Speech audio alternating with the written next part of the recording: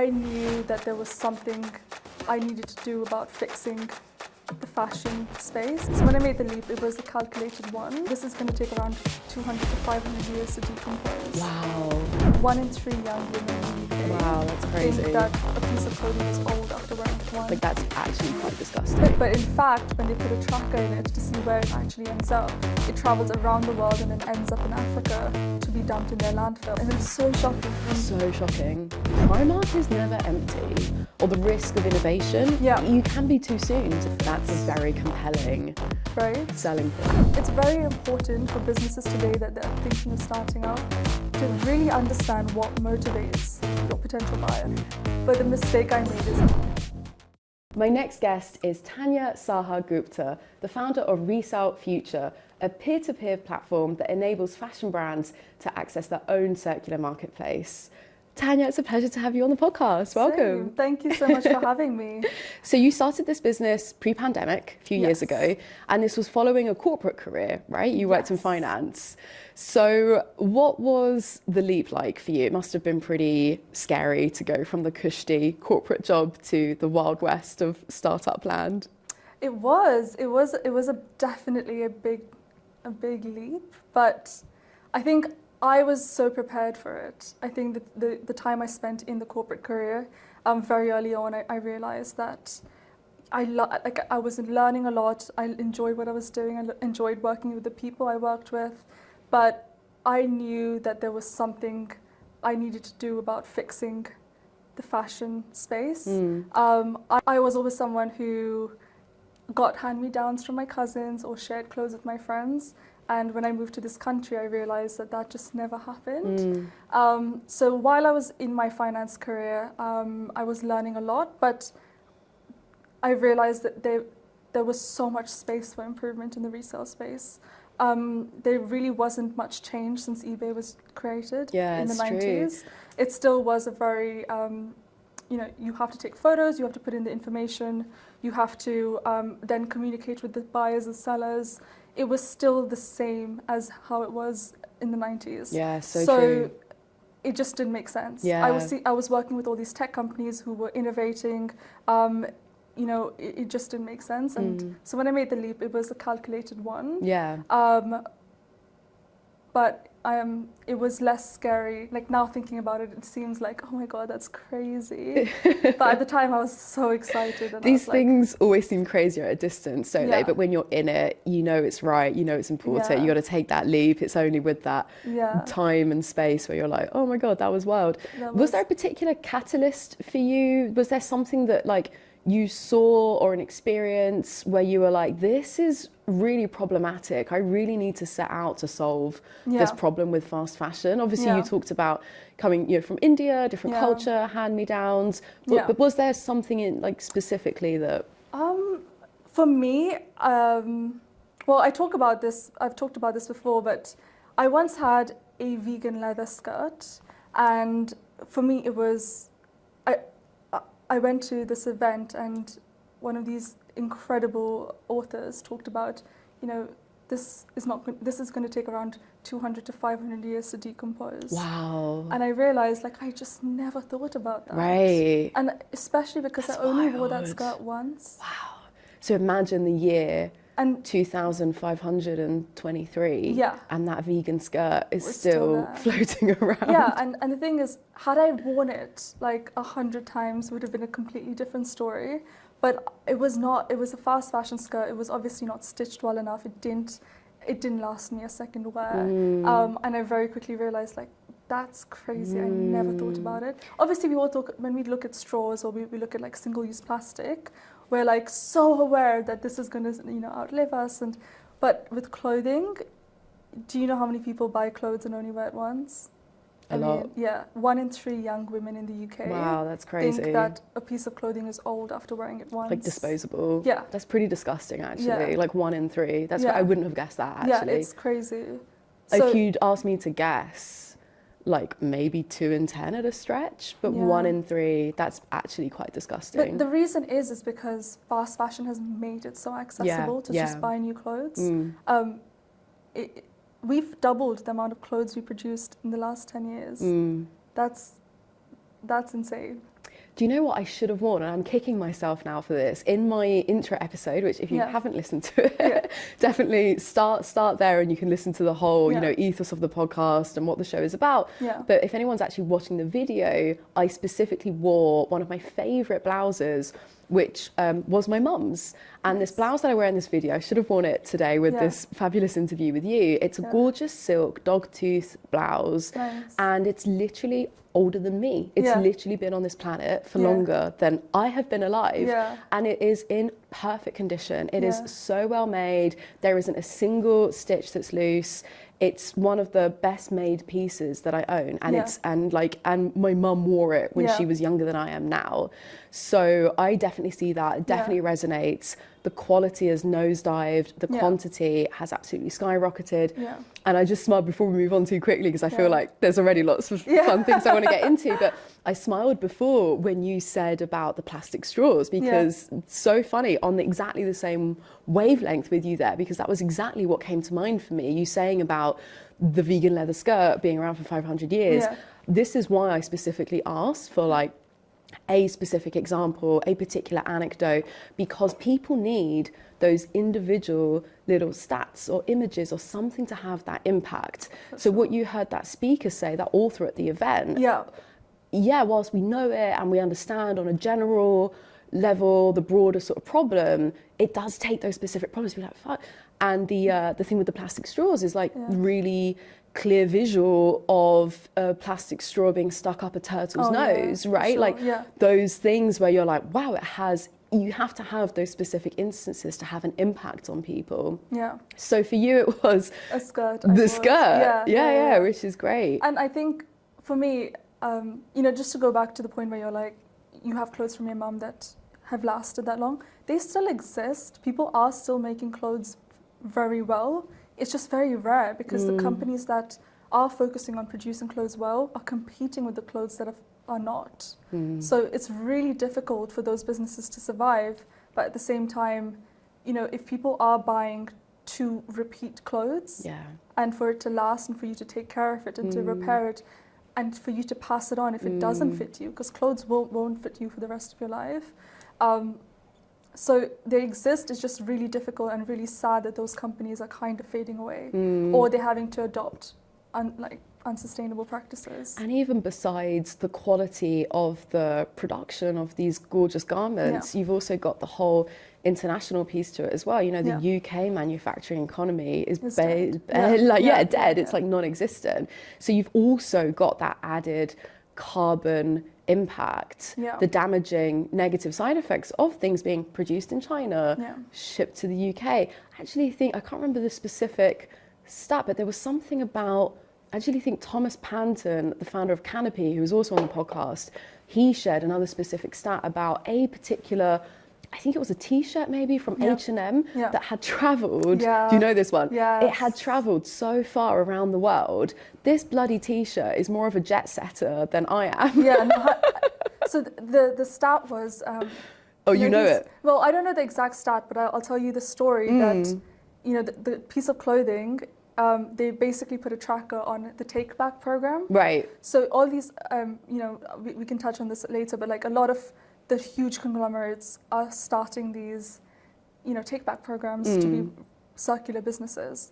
But in fact, when they put a tracker in it to see where it actually ends up, it travels around the world and then ends up in Africa to be dumped in their landfill. So that was just a lie. So it's just crazy. A greenwashing tactic, in fact, right? Yeah, exactly. I mean, I think that's exactly why, you know, to touch upon, that's exactly why we want to help the businesses that are focused on, you know, producing well.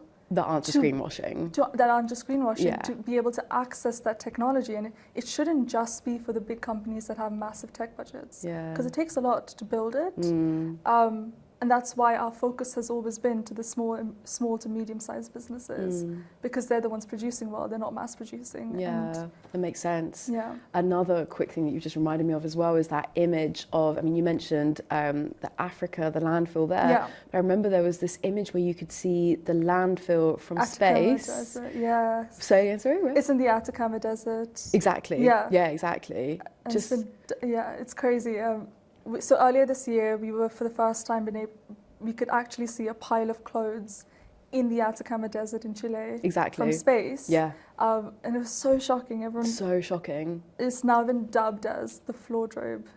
The floordrobe. Oh, I hadn't heard of that. Them up there. Yeah, wow. It's so sad. Like, it does. It's insane. It does kind of make my stomach churn. And one of the things that I also wanted to get your opinion on, related to this whole subject, is the realities of what people can afford or what they think they can afford. And most of the time, I know you've spoken a lot about this as well, but people are thinking about themselves. They're looking after them, you know, number one priority. We're going through a cost of living crisis, and Primark is never empty. And I know I use Primark as an example because they are like the number one culprit for, you know, they've got a really bad rap. I mean, to be honest with you, I've had things from Zara that have literally fallen apart at the seams after one wash, that have been in a worse state than stuff I have had from Primark years before. So I guess like this is still a big problem. Like fast fashion isn't going away. You shared that great stat, horrible stat earlier of 1 in 3 young women, women still buy things just kind of for one wear only. There's just this kind of disconnect between what we talk about, what we know, the sustainability, circular economy, what we should be doing. Fashion is such a big polluter, but then you've got that reality of people who are down on Oxford Street, like piling up in Primark again, as I say. Absolutely. So, like, where is that going? So when I first started the company, I did a lot of research to understand, you know, is this something that's just in the media, or is this something that people are actually putting their money behind? And that is sustainability. And it was really sad to see that actually, yes, the secondhand economy is booming, but a massive part of it is because it's cheaper and because we're going through a cost of living crisis. And the reality still is that, you know, fast fashion is doing better than ever. It's not slowing down. So, you know, I think my opinion in the situation is that, of course, it's going to be great if everyone cared about sustainability. But I think to meet someone halfway can bring more change, and to understand like why are you buying fast fashion? And it's not just because you know, everyone's thinking about themselves. It's also because how society has conditioned you to think. I think with the rise of social media, you see influencers wearing clothes once. You see celebrities wearing clothes once.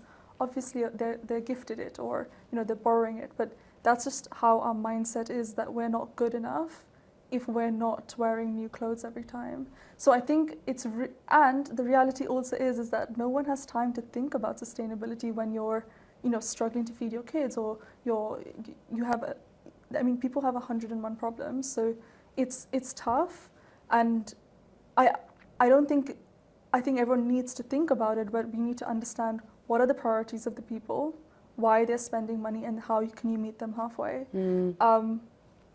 I think eventually I also read an amazing stat today that £7 billion of the retail market is now secondhand. Oh, interesting. So it is growing, and people are now choosing to buy secondhand instead of fast fashion. But it's going to be a slow growth, and the fact that it is a cheaper proposition is always going to be helpful. It needs to be easier. You need to, as you say, meet customers halfway. I love that, you know, as much as you've got such a great mission, and I'd love to hear more about exactly what Resale Future does and everything, which obviously we will get stuck into. But you have got this fantastic mission, but you're not under any false pretenses that you're suddenly going to revolutionize the world tomorrow. In fact, actually, if you take that huge mass of people, and if they improve by 1% or a few percent, it all adds up, and it still has this fantastic 100%. Impact. Yeah, absolutely. And you saying about, I just wanted to comment as well on you mentioned about the rise of influencers and how society's kind of conditioned us. I would actually go like a few steps earlier than that. I commented before on your outfit, which I love. So for anyone who's actually watching the video, leave your favorite emoji reaction to Tanya's gorgeous outfit here. I'm definitely fangirling. This is actually from one of my clients. It's a Steinboyd trouser, but because I bought it on their website, I can now, resell it straight from my purchase history. Amazing. That's so cool. Yeah, we'll get into more about that, because that sounds really interesting. But the reason I bring that up now is kind of going a step before the whole rise of, influencer, social media, as you mentioned, is because I am a girl of the 90s. And I was saying to you before that my favorite all-time film, not even being funny, like no joke, is Clueless. Brilliant. And that really impacted me. And I don't know how old I must have been at the time when it came out, but obviously, I was like a little girl, 7 or 8 or something maybe. And I was just like, so amazed. I mean, all of her different outfits. I think it actually might hold a record for the the highest amount of different clothes, outfit changes and stuff. I remember there's an interview with well, it can't compare to Bollywood films, which right, has 100. right. This is why I don't think it's quite up there, but maybe for Hollywood, American films. Sure. But I remember an interview with Alicia Silverstone where she was also super young when she starred in it, and she is quoted for saying I had no idea why, I was constantly in the changing room. And of course you've got the famous scene of the digital wardrobe, and so that. And my mum comes from a fashion background and stuff as well. I have a huge passion for the space. And so, I kind of films like that. I kind of mentioned Legally Blonde, which we're kind of channeling as well at the moment. So those kind of 90s, noughties, girly movies, all the fashion stuff. So for me, it goes from before. I feel like social media influencers is an easy one. Right. It definitely exacerbated it for sure. But I think going back to the crux of it, especially from more of that business perspective, is you have to make it easier for people, and whatever easy means, whether it's more accessible, cheaper, faster, smoother tech, whatever it is. And this is actually really timely interviewing you now, because I've just come off kind of a week with my family. They were here visiting, and my sister is a huge fast fashion addict. And we were down Oxford Street, and she was looking for this particular coat, and I got out my phone and I showed her Vinted. She lives abroad, right? And I was like, look, you can get this coat that you're looking for. We literally found a Zara coat, a camel kind of trench. Someone was selling it for £10. And we were like, wow, this seller gets to make a bit of pocket money. You get to buy something without contributing to fast fashion. And I was actually kind of braced for her to be quite defensive. So as you were, as you were saying, there's still this huge amount of the population that is still out there buying fast fashion, they're out there buying these disposable, items. And she's a big, fashion victim in that sense. So I was, as I say, bracing myself to do a bit of educated woman. And to my surprise, she was super open to it. She was like, oh my God, amazing. Why wouldn't I? Is it trustworthy? Message the buyer. The buyer was messaging straight back. The problem was, and this is what I want to come on back to you as well here, is the international piece. Right. So I mentioned that she was over here visiting. She lives abroad. And we're sat here in London, which is the best city in the whole world. And categorically, no argument. And we're here where there is so much, we're right in the middle of Silicon Roundabout. There's all this innovation, there's all this technology, there's all this great stuff. But these other places, whether it's other parts of the country or other parts of the world, you obviously come from somewhere else as well. It's they don't have these things. They don't even have those options. So I know you were saying you're expanding into North America, you're looking at these other places. Tell us more about that kind of international expansion piece and how you're helping bring that circular economy to outside of London. I think,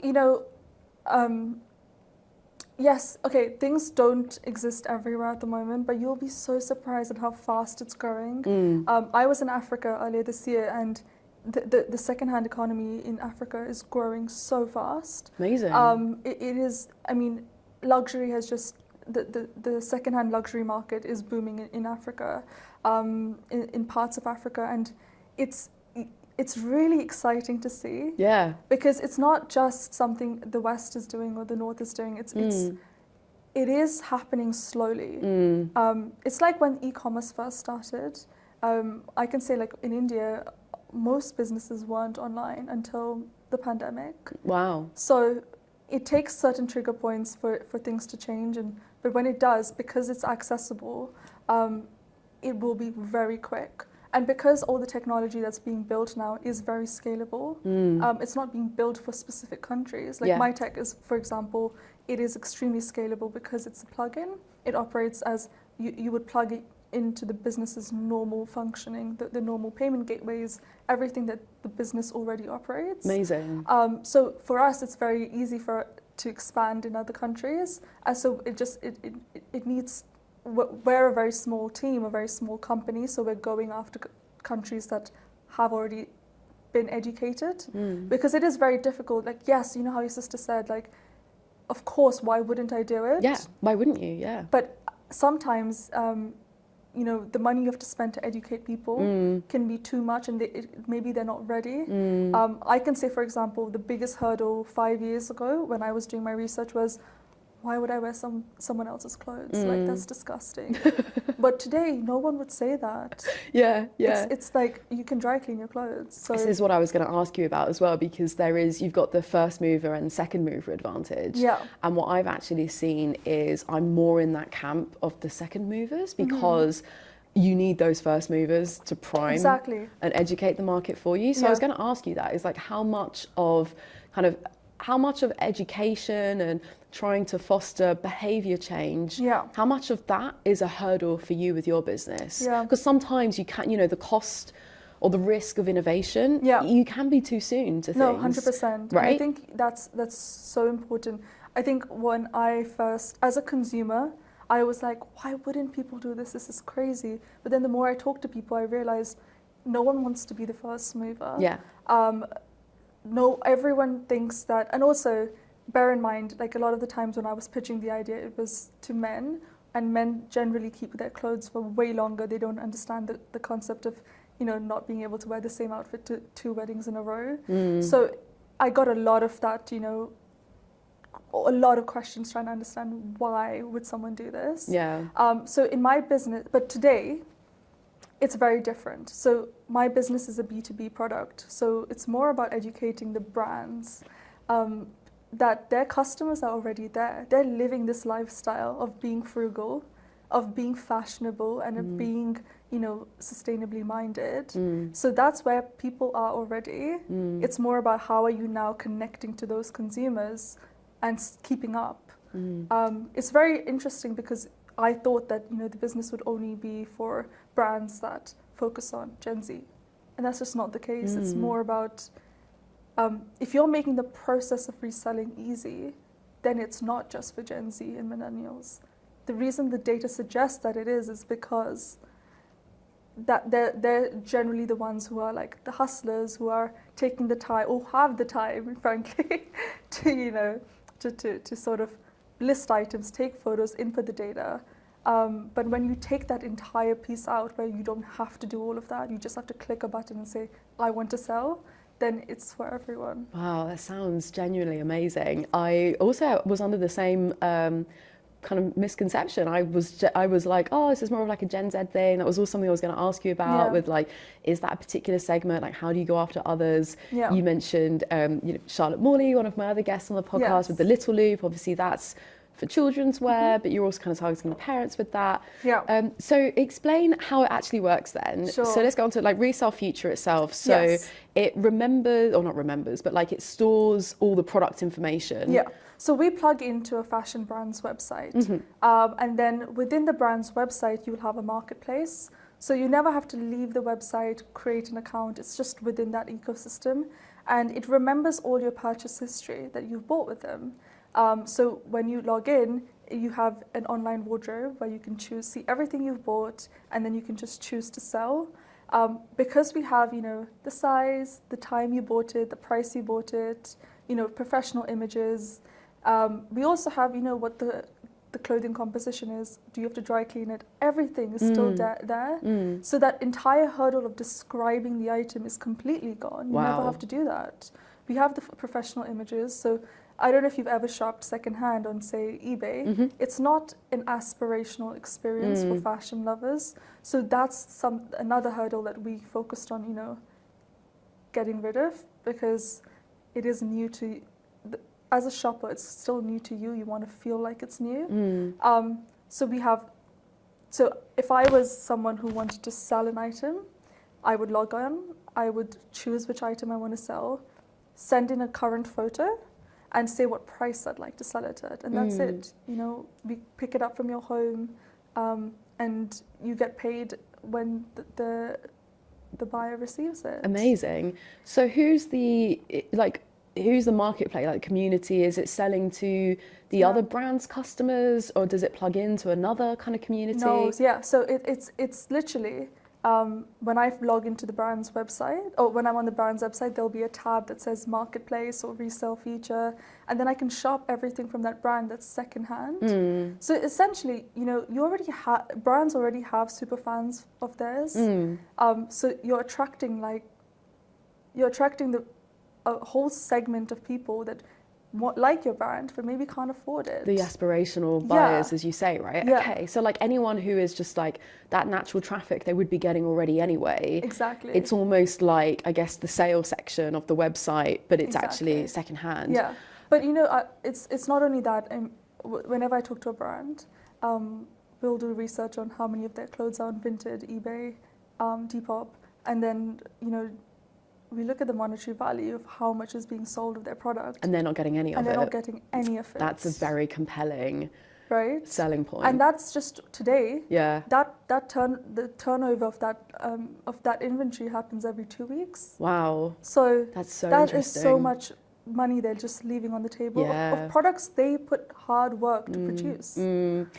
I love this so much because as soon as you start talking finance and numbers, like it gets these people to sit up, because as you say, it is easy to be like, yeah, we should be sustainable. Yeah, no, but that's the thing. I think it's very important for businesses today that they're thinking of starting up to really understand what motivates your potential buyer. Definitely. Because it's not always going to be rosy and like not everyone cares about the planet. Exactly. And the thing is, it's unfair I think it's unfair to think that everyone's focus is the planet, because the number of businesses that are going under today is crazy.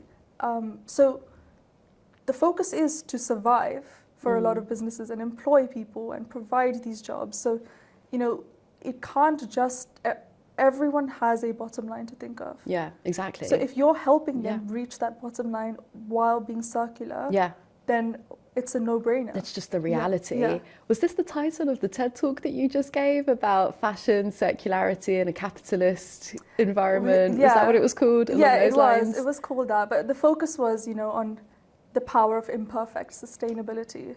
And I think, you know, you touched upon it about being 1% better. Like, you don't have to be the best, and you just need to, like, if you're 1% better every day, you're 37 times better at the end of the year. Yeah. Right? So it's like, it's not just, and that applies to not only like sustainable habits, but then innovation too. Yeah, no, it totally makes sense.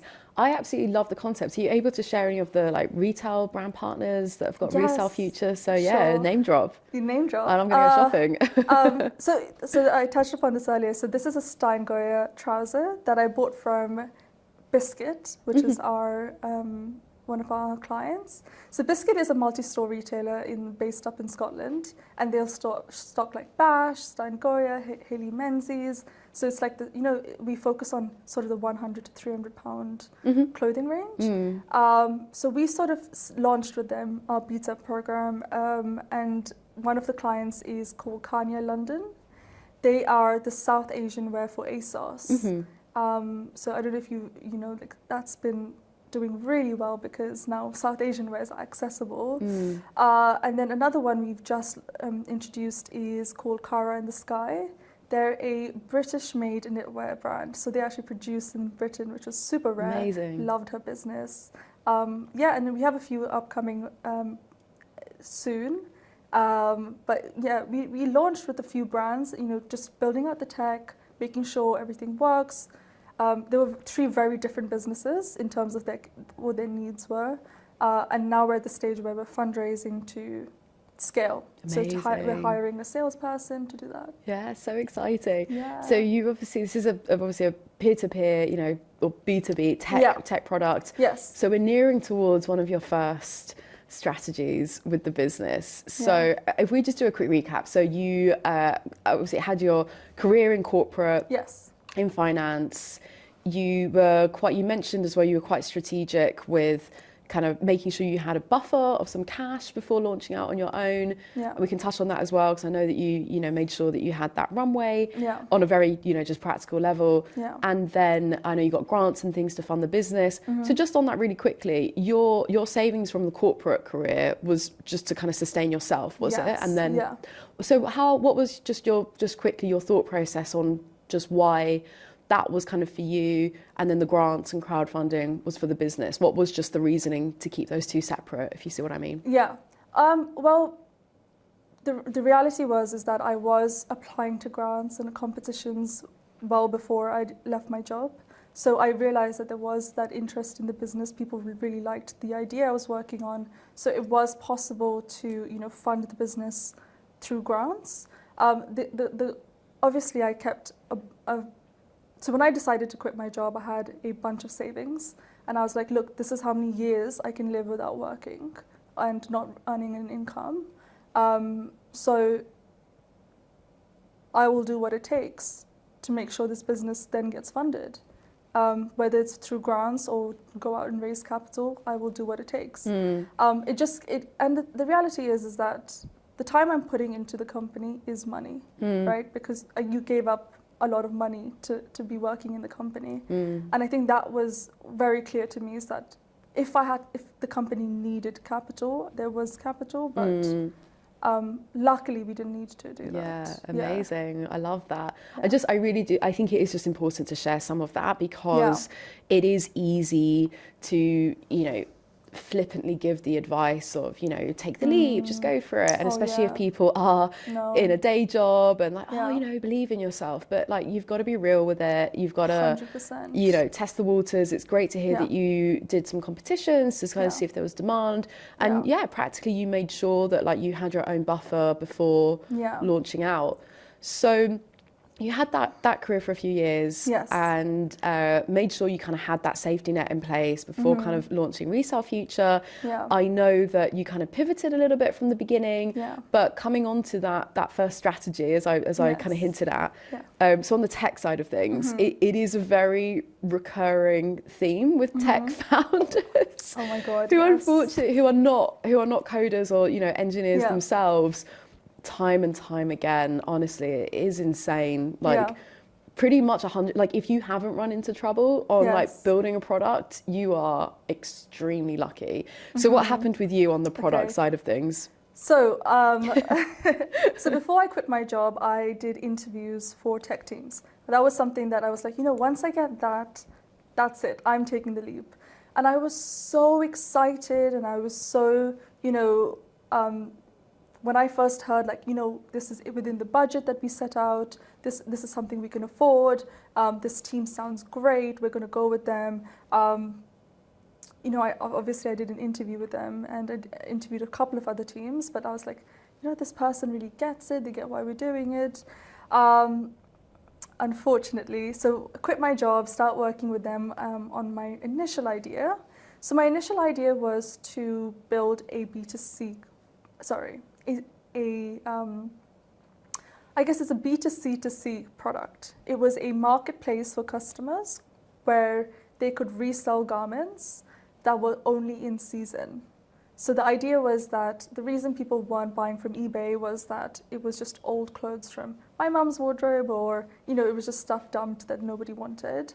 But if you could make that process more aspirational, fashionable, people would use it. And the fact that people are using clothes only once, they would then, realize they could make back most of their money if they just sold it immediately. And then we built some tech around, validating that the product was in season. But that process, the technical team I did hire, they didn't get it, right? Like, I think it's very easy to have a great salesperson that you talk to before you sign a contract. But the mistake I made is I didn't interview who the project manager was going to be. I think the project manager's role is the most important, in my opinion, because they need to really get it, and they need to really want to innovate. Because if they don't want to do that, they won't. It will just be, you will just get something that's already been done before. So that was my mistake, the project manager. And, you know, working with different back-end and front-end teams, I think I just didn't have the right questions to ask them. But what that did do was, that was just before COVID. We started building, it took incredibly long to build that. Such a waste of my time, such a waste of money. But what COVID did was, obviously no one was going out, so no one was buying those, you know, clothes and recirculating it. It gave me time to think about, right, people are selling clothes a lot more now.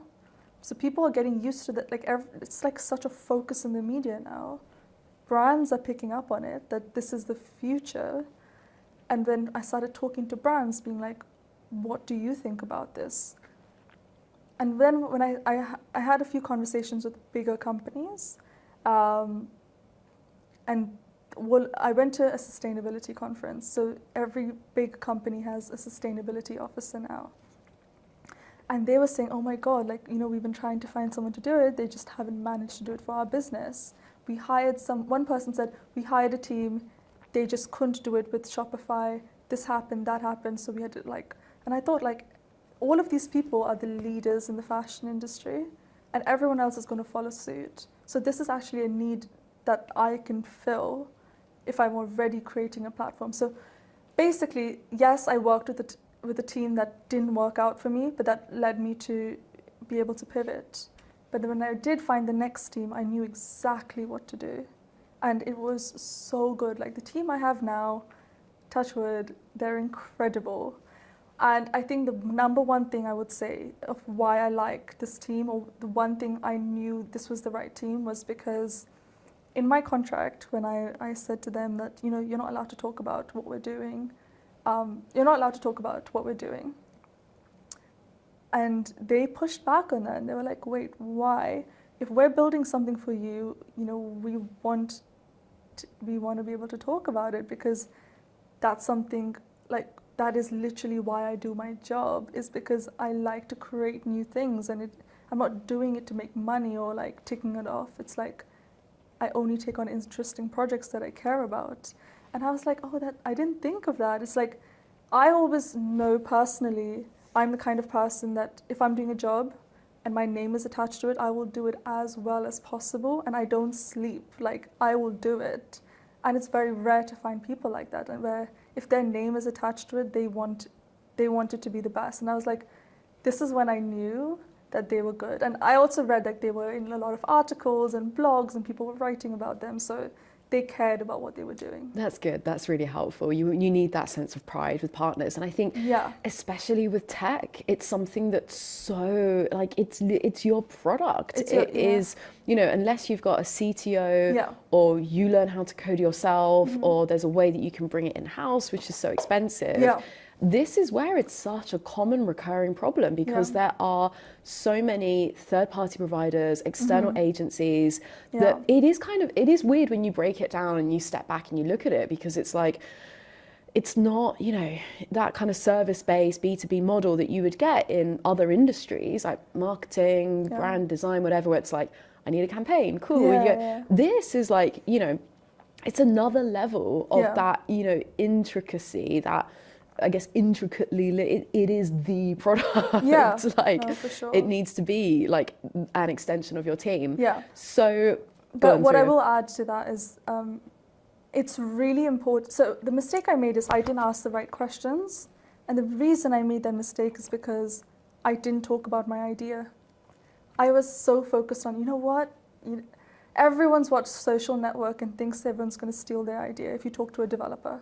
It's ridiculous, because no one has time to do that. But I didn't speak to other people who've gone through the same process, right? Had I talked to a project manager, they would have told me exactly what I need to ask, what the costs are going to be, what the timeline's going to be. It's like, it's unreal the kind of insight I now have that I could give someone else had you been more open about it. Exactly. And then the second time round, that's exactly what I did. I went to one of my friends also, who quit his job during the same time and was building a tech product. He went straight to get funding.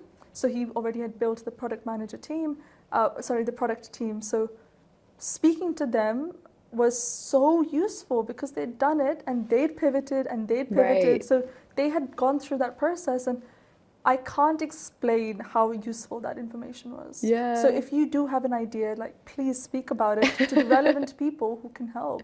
Yeah, I love that. And obviously, I mean, massively resonates here because that's part of the purpose of exactly this podcast. Yeah. Where it is like, I genuinely believe that enough people have made, the same mistakes over and over. Like, yes, we're all doing amazing, different, innovative things, and everyone's forging their own path, of course, obviously, but the stuff about the tech teams, the first pancake, like all this stuff that goes wrong. I found myself in a very privileged position hearing all these stories from all these different people. I'm like, wow, if you spoke to each other, how much time and money you could save. But then at the same time, you kind of need to go through some of these mistakes, make them yourself. For sure. So key takeaways from that is, before just summarising, I wouldn't really beat yourself up too much about that either, because another commonality we do see a lot is the first pancake is, what was interesting about your particular experience was you had the combination of both an idea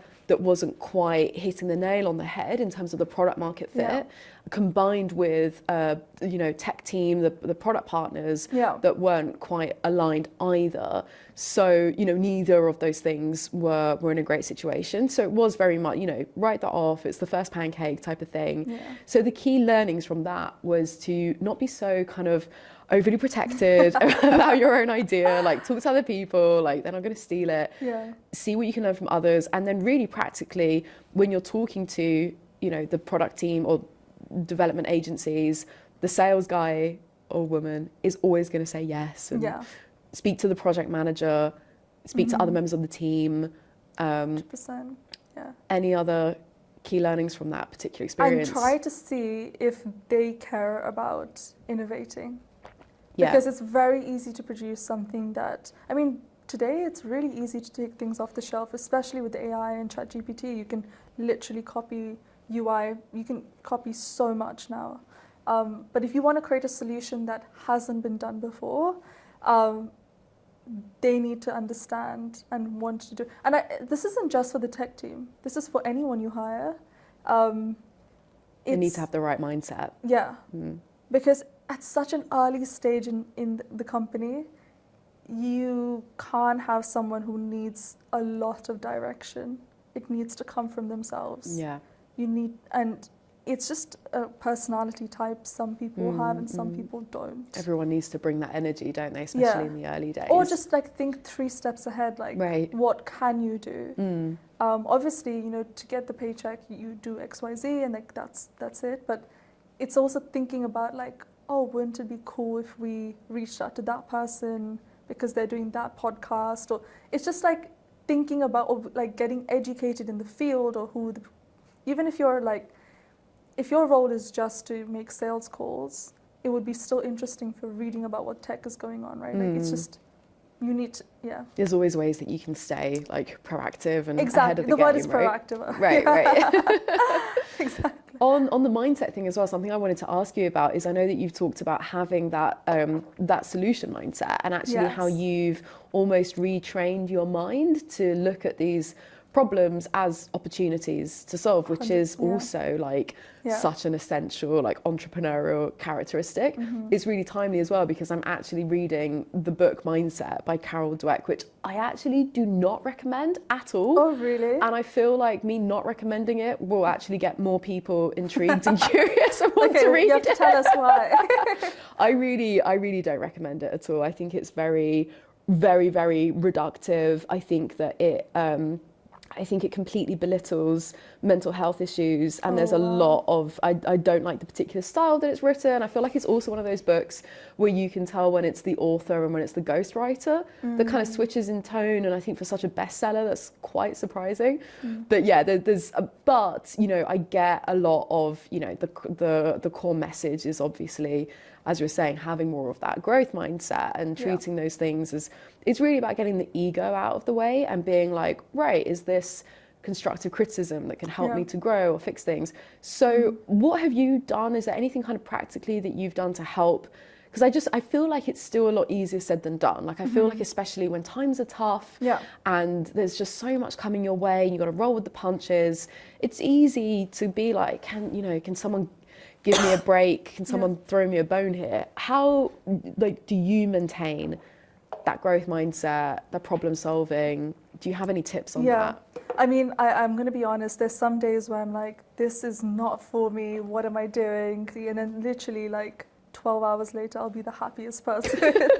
I think having that attitude is so important in entrepreneurship, just because you're going to get so many no's. And like, I know a lot of people who have never faced rejection before, because you know, you go to school, you get good grades, you get into university, you get a good job, and it's not you if you're comfortable getting rejected or comfortable not doing better than other people, because you're always going to compare yourself against all your other friends who are doing so well and earning millions or thousands that you're not. I think then you're good to push through the tough times.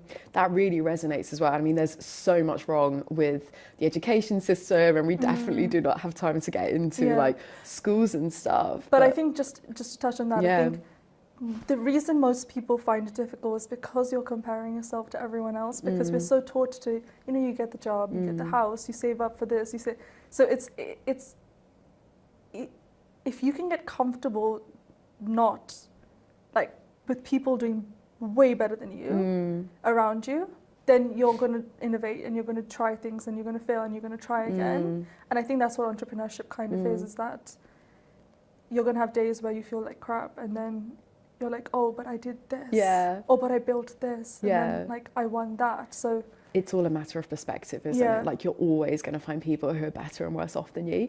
And what I'm just reflecting on here, which is really interesting, is what resonates with me in particular is I always did well at school. Like I was always like very academic, like top of the class, like you name it, like teacher's pet.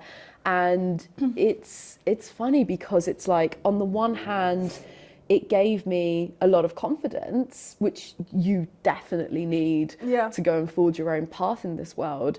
But at the same time, do you know what actually happens more with, I have a lot of friends who went to Oxbridge, and I see that happen much more with them on like another level, where they've gone from being top of their class, like really good, like the, you know, big fish in a small pond, to then being thrown in to this ocean with a ton of other big fish. And I think that's much more exacerbated, where they have had their whole upbringing, like their childhood, being told that they are prodigies, they're child geniuses, getting A stars, all this, that and the other. And then, you know, it's like this stuff at an early age already has such a huge impact. It has that ripple effect from early on. But then it's like, you know, that's the first 2 decades basically of your life. You know, you're then 18, you're a young adult, and then you go into this other environment, and it's like the defensive-ness that comes from these sort of characters, which is just completely understandable. But it's like, that's the default reaction, because, oh, I'm no longer the brightest kid in the class. I mean, that's exactly where I went to Imperial, where people were exactly like right? That, right? Okay, so not just Oxbridge. Yeah, I mean, I think everyone there is so intelligent. You get thrown in. I found Imperial quite difficult. I wasn't someone who found it easy. And I was okay to say that. I think I was like, that was a difficult degree to get. But, you know, that's exactly what I saw. I think it's very hard for people to accept that. To have that growth mindset, when you've not had it. So I know that we need to start wrapping up, but I feel like I've blinked and the time has just gone. I feel like I've got so many other questions to ask you. I'm going to selfishly ask you one before we finish on the final question. I always end things on. So the one question, the penultimate one, is there was a specific anecdote that you had to share, which was around kind of networking and chance encounter. I just feel like that's also important to share, because you never know kind of what can come from these chance instances. So what was the story on that quickly? Okay, sure. So I think for me, I really benefited from networking. I think even the day so I ended up working at Barclays investment banking, and the reason I even got into that was because I attended an event after school after university to a networking event where I met someone. They introduced me to what banking was. So for me, that one chance meeting changed the course of my life. But then even in business, I think me going out to events, like the first client we ever got was through meeting them at an event where I was like, this is what I'm trying to build. And they were like, oh my God, we were thinking about how we can like extend the life of our garments, because we see people are wearing it once and it's quite sad. How can we resell it and how can we make money from it? So we were thinking of building it ourselves. And I thought, that's crazy. That's insane for you to build it yourself. So I think that one meeting led to obviously my customer number one, but also rethinking about my entire business, being able to pivot. And I think like even the latest customer I got was literally through sitting next to her at Curve Club and being like, hey, what are you doing? And she was like, that's what I'm doing. I love what you're doing. So it's just incredible, because if I may say, I can think back at that networking event I went to at Imperial and the event where I met my latest client, and I didn't want to go. Like, I was so tired. Interesting. I was working late nights. It was raining. I still remember I was like, I don't want to go to this event after Imperial, and I was just like, you know what, you just never know, just go. Wow. Just go. And I think like ever since then, I just push myself to go to things where everyone has those days they just don't want to turn up. Yeah. But you never know. Yeah, amazing. Obviously, I wouldn't say put it in front of like the work of building the product, because there are people I know who are networking all the time and have no product. So I wouldn't say like there's an extreme to it too, but there's a beauty of like that serendipity, making those connections. Yeah. And you don't need to make a connection with everyone in the room, but like one meaningful connection that night can change the course. Amazing. Yeah. That's so interesting. So final question. Yes. So the best lessons can often come from the biggest mistakes. What is a tragedy, so to speak, that's happened to you that you will never forget, that has really taught you a lesson that's stuck with you? So many. The biggest tragedy had to be, wasting that time with a development team that didn't work out for me. And I think the biggest reason that mistake was made was because I didn't feel comfortable speaking to people and asking for help. I think everyone wants to do everything on their own and be like, oh, I did it myself. Or I think if you can talk to someone who's been at least like 1 or 2 or even 5 steps ahead of you, find those people, because they will be incredibly invaluable. Even if it's like something so small as, spending 2 days finding an accountant, whereas like if I just asked someone who was 1 step ahead of me, it would have saved me so much time. So I think that's something that I'm still working on, is being able to minimize time spent on things that if I just asked someone, it would have been. Yeah. Well done, Tanya. That's amazing. I'm so pleased for you. I absolutely love the concept that you're building. Thanks. I have no doubt that it will be a massive success. And thank you so much for tuning into the show. I really hope that you enjoyed this episode. Don't forget to subscribe. It really means a lot and helps us out. Thank you so much. Tune in to next time.